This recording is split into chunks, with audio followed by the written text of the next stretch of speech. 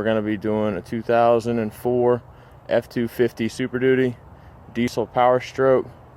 Going to be doing front suspension, front steering linkage, alternator, preventative maintenance, as well as the fuel filter, fuel water separator, and oil filter.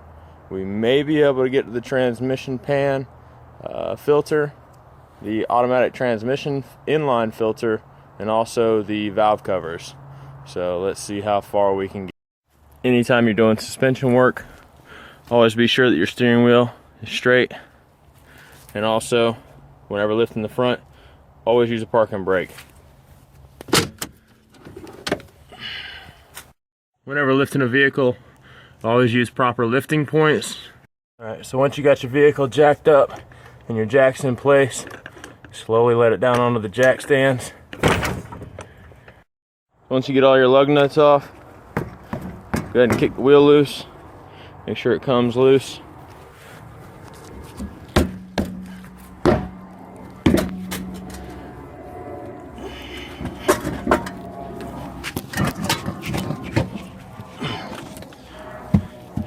Go ahead and lay your tire face up. Never lay it face down. You'll damage the customer's rim and you'll be buying them a new one. Always, as a general rule of thumb, if you're going to be doing a customer's car, always do complimentary brake inspection. Make sure that your rotors are good. They don't have a high ridge on them. Check front and back.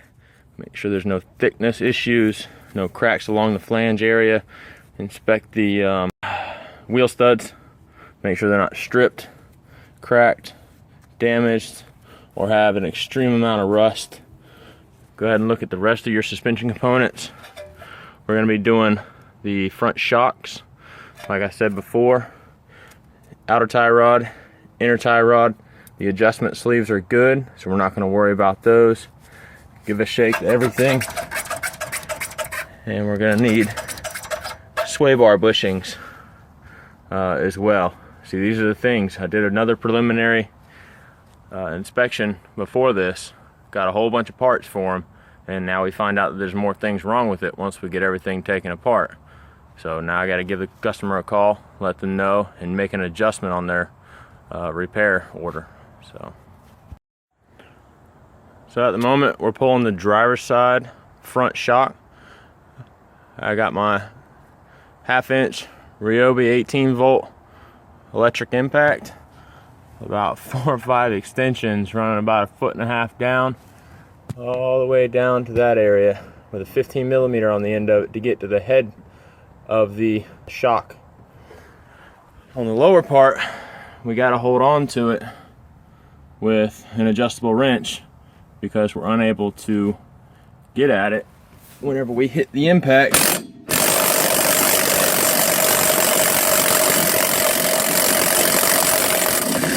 And there we go, we're all the way up. Alright, there we go, we got that off. I already took off the lower bolt. Once we get that down, move our adjustable wrench out the way. We're gonna wiggle that out, drop it on the ground, and that's trash. Way to make sure that it is actually trash is, one, it's not retracting at all. It is stuck like Chuck. I gotta hit it around. It's all draggy and everything else. The bushing for the lower mount is cracked and everything else. That's a part of what I've seen in the preliminary PMI to let the customer know that that's the reason why their suspension's clacking around and everything. These parts is a reflex. They come with all the hardware. They look very well made. You always want to make sure before you install it on a customer's car that they do operate properly and that they do match up to your customer's vehicle, in which they do. One other thing, whenever you're installing these, be sure that you put your mounting washer facing cup side down. That way your bushing actually fits into it. If you have it the other way, you're going to have premature failure of your bushings. Alright, so we're going to do reverse process. Get your adjustable wrench on the bottom side, hold nut, and then we got our 19 millimeter slightly beefier suspension on our 1/2 inch Ryobi impact, and we're going to go ahead until we're going to get it to where our bushings are good and compressed. And that's about good. Then we're going to take our nut and reinstall it.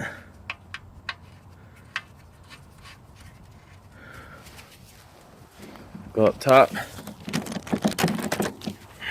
It's going to be our 18. Yep, grab our 18 millimeter. Grab one of our extensions. Slap it on there. Grab our impact.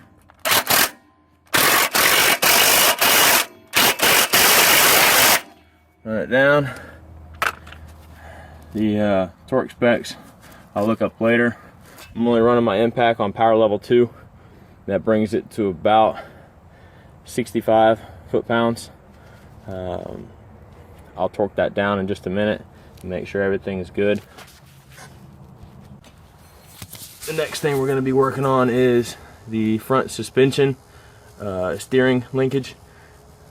As you can see, these are done for. These boots up front, we're able to move them around. And actually, if you look on the other side, sorry for the shakiness, but I don't have a cameraman. Somebody has put the suspension components on wrong.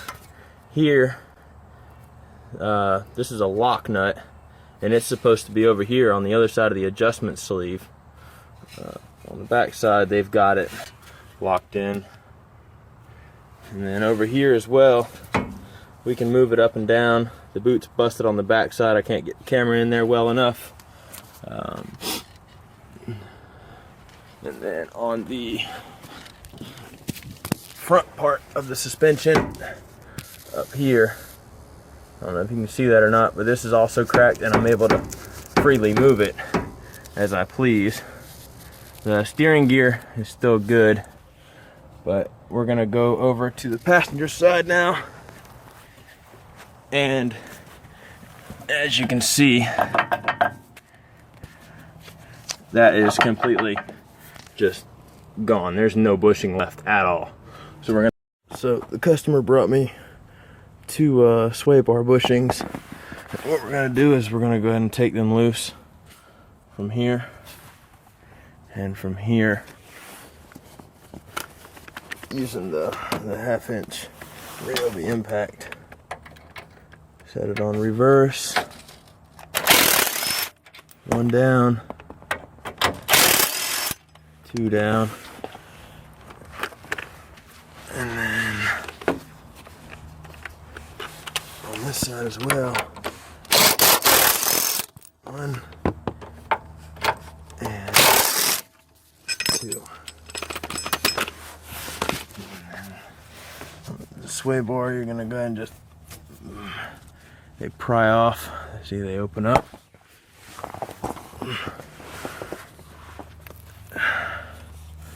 So then we take the new one and we open it up. We put it back up there. Slide on the new bracket. Pull the old bracket down. Pull the old one off.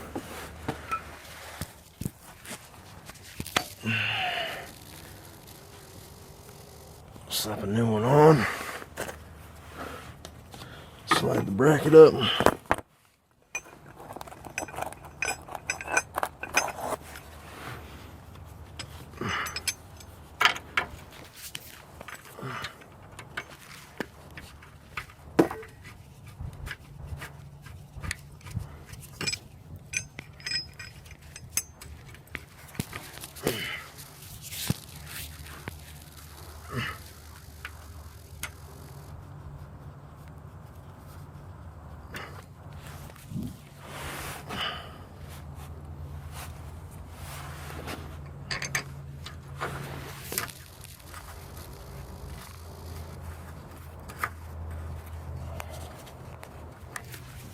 Alright.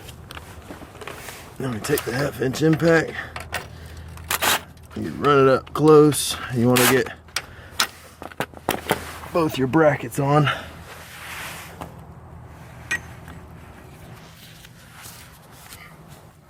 Before you cinch it down.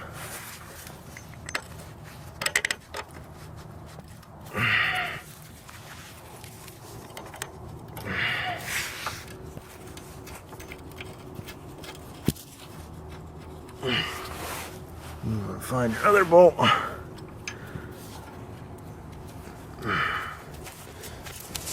Make sure that you line up your little screw bracket. Slide the other one up there.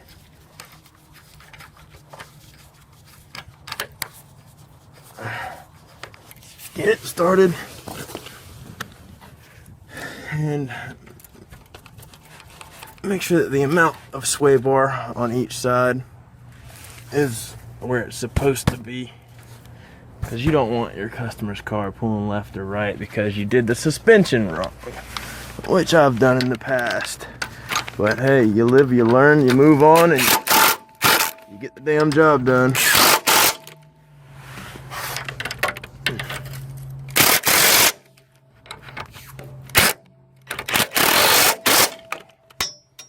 There you go. So next up is going to be the transmission filter. Alright, so in this position, I'm actually able to get up under it and position the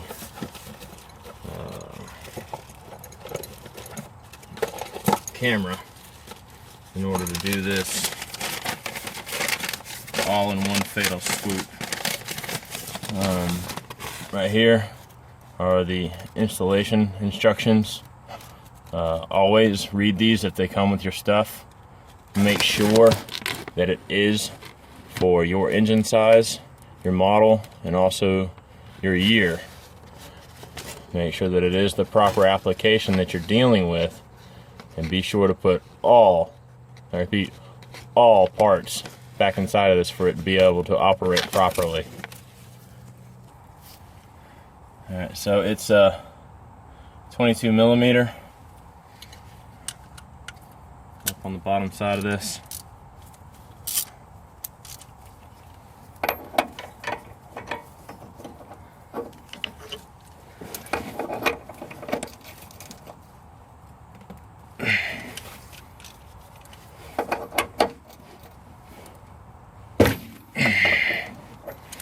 Once you bust it loose, it's going to make a fairly big mess.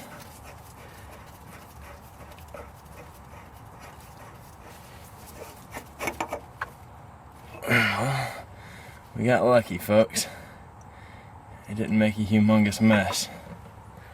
Alright.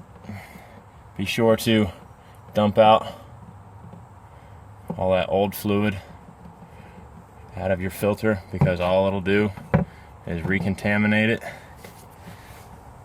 And then you're going to pull loose your filter.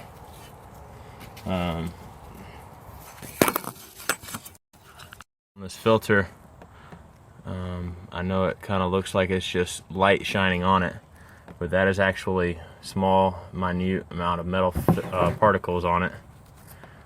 Once you wipe it off, you can kind of see what it does. This is just a paper filter all rolled up. It's just a bunch of types of layers of paper. And I mean, it just filters out all the gunk from it. And what it does is it sends it on the outside of the filter and then draws it up and in and through.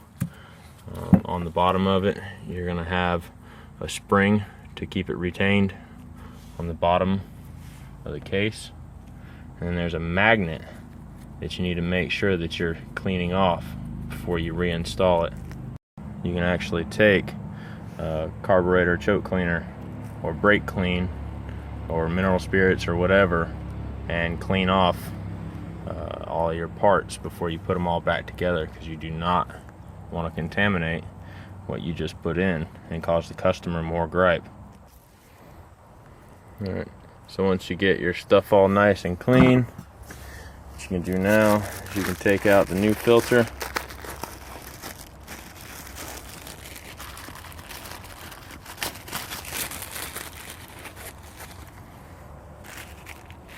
Take the new filter,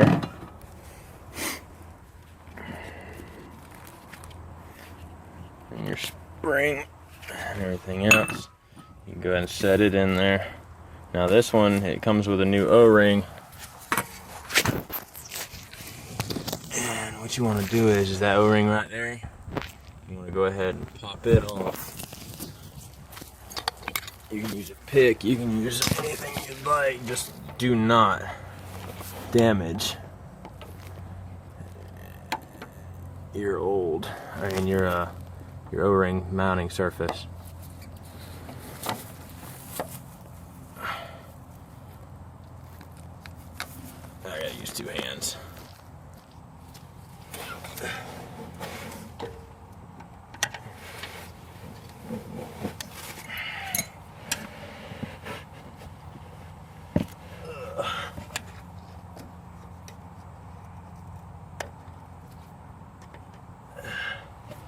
Once you get your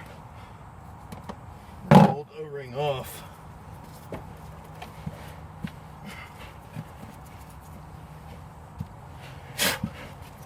you want to take your new O-ring and you want to grab some transmission fluid and make sure that you lube up your O-ring, because if you stick it on there dry, it's not going to have any kind of sealing ability whatsoever. Then you get your new O-ring on. Once you get that on, you can actually take transmission fluid. I almost made the mistake of not pre-filling this and soaking the filter, otherwise you'll run your transmission dry. And you really got to think about this whenever you're putting things back together, that you do it right. So I'm gonna go ahead and pause it and go get some transmission fluid and pre-soak this filter. I mean, now as you can see, it's soaking that right up. And I mean, I've already filled it up twice and it's just sucking it down. Always pre-soak your filters if you're able to, including your oil filters. Pour some oil in there, let it soak it up. Don't run your engine dry and damage your internal bearings. So once you get everything nice and lined up and soaked up and everything else, you're gonna make sure that you get your filter, your nice pre-soaked filter.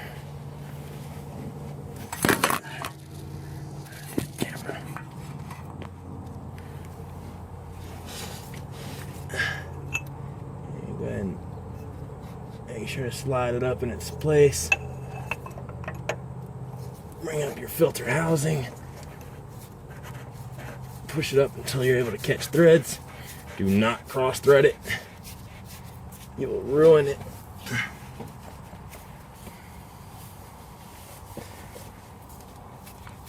Get it up in there. And it says to torque it to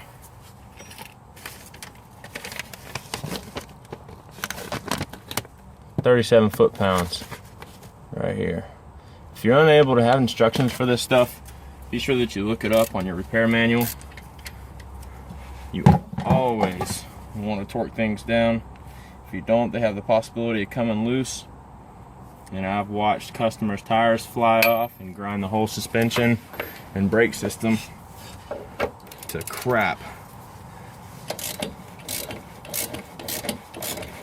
And remember, listen for that audible click.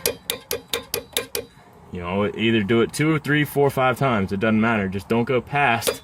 Once it clicks, you're done. Do not go past it. You'll damage bolts, shear them off, and then you or your shop is going to have to pay for them. And if you do it too many times, shop's going to fire you. And just to show you that I'm not just dumping this stuff on the ground, be sure to use catch pans. Don't ruin the environment. A dog, a cat, or something like that can come by, start licking it up. If you do happen to spill some, clean it up. Use oil dry if your shop's got it. If your shop don't have it, request it. Be sure to use towels and stuff like that. Clean up your mess, pick up your tools, wipe your tools off, take care of your tools, and your tools will take care of you. They will make you money. All right, now we're gonna do the steering linkage. What you wanna do is before you take anything apart, take measurements. Be sure that you measure from the center of your Zerk fitting up underneath here, your grease fitting. Be sure that you measure from there to the other side, so that way you have your measurement, so that way you don't have to sit there and guess what the alignment is and your customer's not veering all over the road trying to get to the alignment shop. Alright, so I did my measurements.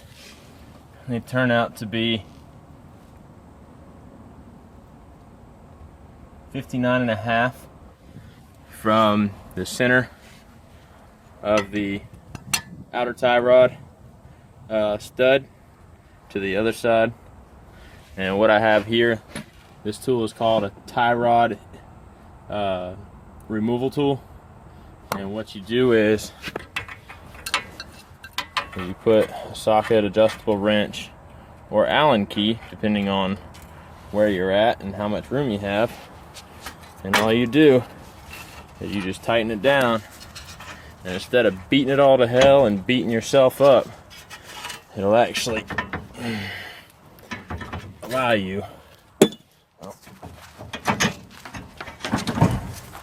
to simply do it with the ease of motion.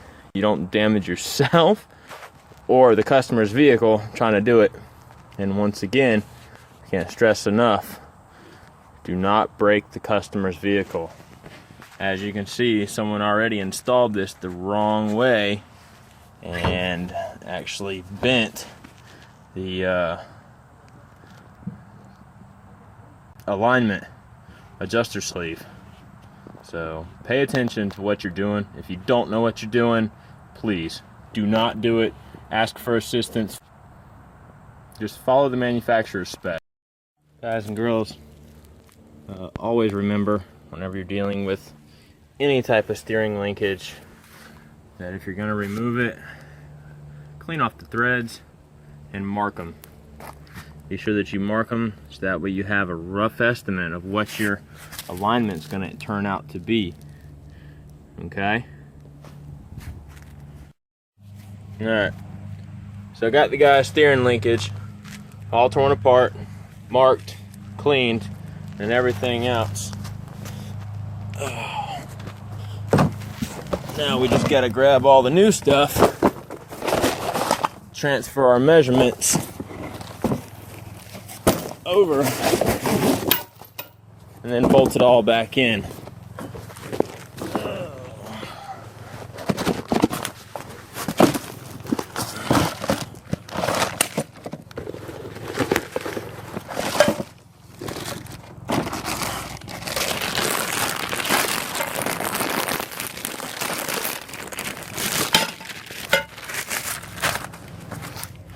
So we got our driver's side tie rod,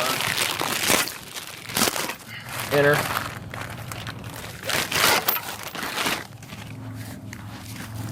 passenger side,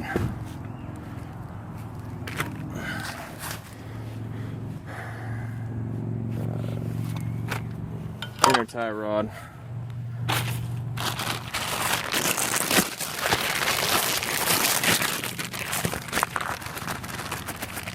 and we got our new outer tie rods with new Zerk fittings. Be sure that you tighten those down. Once you get done installing, you fill it up with grease, which I have. Sometimes with original OEM parts, they tend to not make them right. So the aftermarket world will change them up in order not to get copyright infringement and things like that.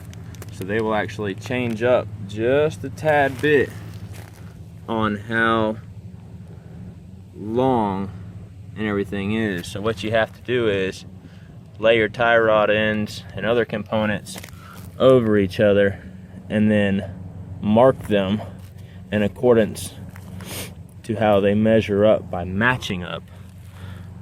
So what you got to do is just, you know, lay them on top of each other and stuff like that. Make sure everything's pretty close to being lined up, and then mark them. So that way you don't have any issues, because if you just follow the amount of threads that are there, you'll screw yourself and have an alignment all out. Be sure that whenever you're putting things back together that you use a good amount of anti-seize on these adjustment threads to make alignment and readjustments a whole lot frickin' easier whenever you go to putting things back together. So I mean, don't be shy with this stuff. You know, don't make a humongous mess, but at the same time, make sure that you're putting enough on there to where you're able to readjust it, you know, 50,000 miles down the road. Alright, so I got one side done. I got the outer driver's side connected to the inner driver's side, which connects to the passenger inner. Now I'm going to start connecting the passenger side outer tie rod. Should have had the customer get new adjustment sleeves, but I made them work by cleaning out the threads. Sometimes you just got to work with what you got. Alright, so I got everything pretty much lined up and roughed in. I got to turn the outer tie rods upwards. Everything's put back together the way that it should be. And I'm about ready to put all of it back in. Put the outers there. Put the passenger side inner onto the pitman arm. Pitman arm steering gear and everything else looks good. Didn't need to do anything with it. The lock nut and everything's still tight into torque spec. Starting to really come together. Okay, so now we're gonna be doing an air filter. What we're gonna do is undo the clips. We're gonna pull it out.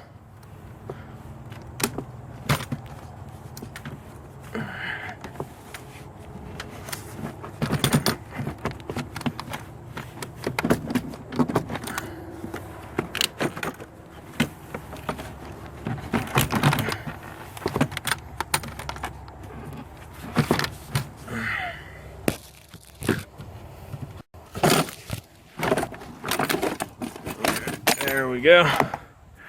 Once we get that one out, we're going to install the new one.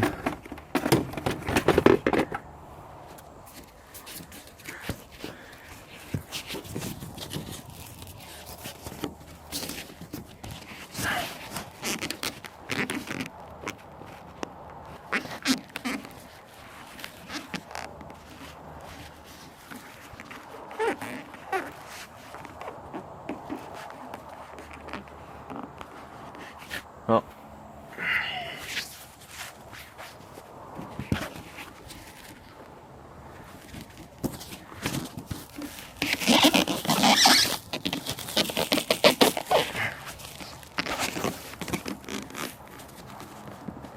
Yeah, we're not gonna be able to view all that. Basically, we're just gonna slip it back in.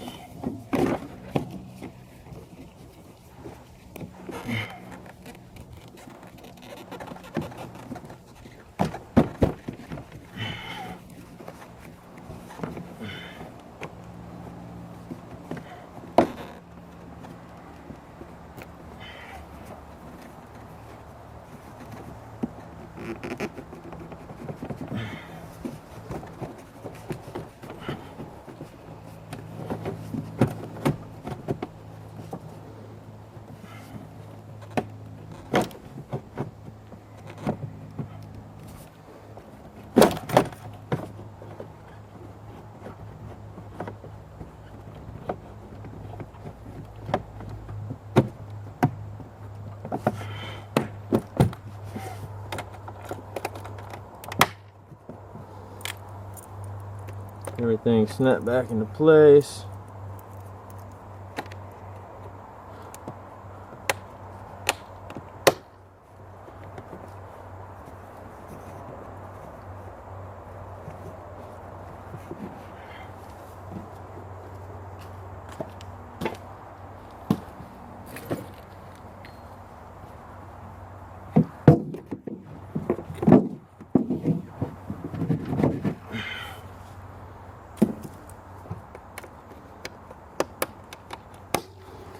And there you go. Air filter's done. Once you get your new air filter in with these air filter indicators, you definitely want to reset them. And what you do is you just push on this button in the back, and a spring will send it back to the bottom. As it senses restriction, the suction is increased, or the vacuum pressure is increased, and it slowly brings it up. And eventually it'll tell you in the red that your air filter is shot.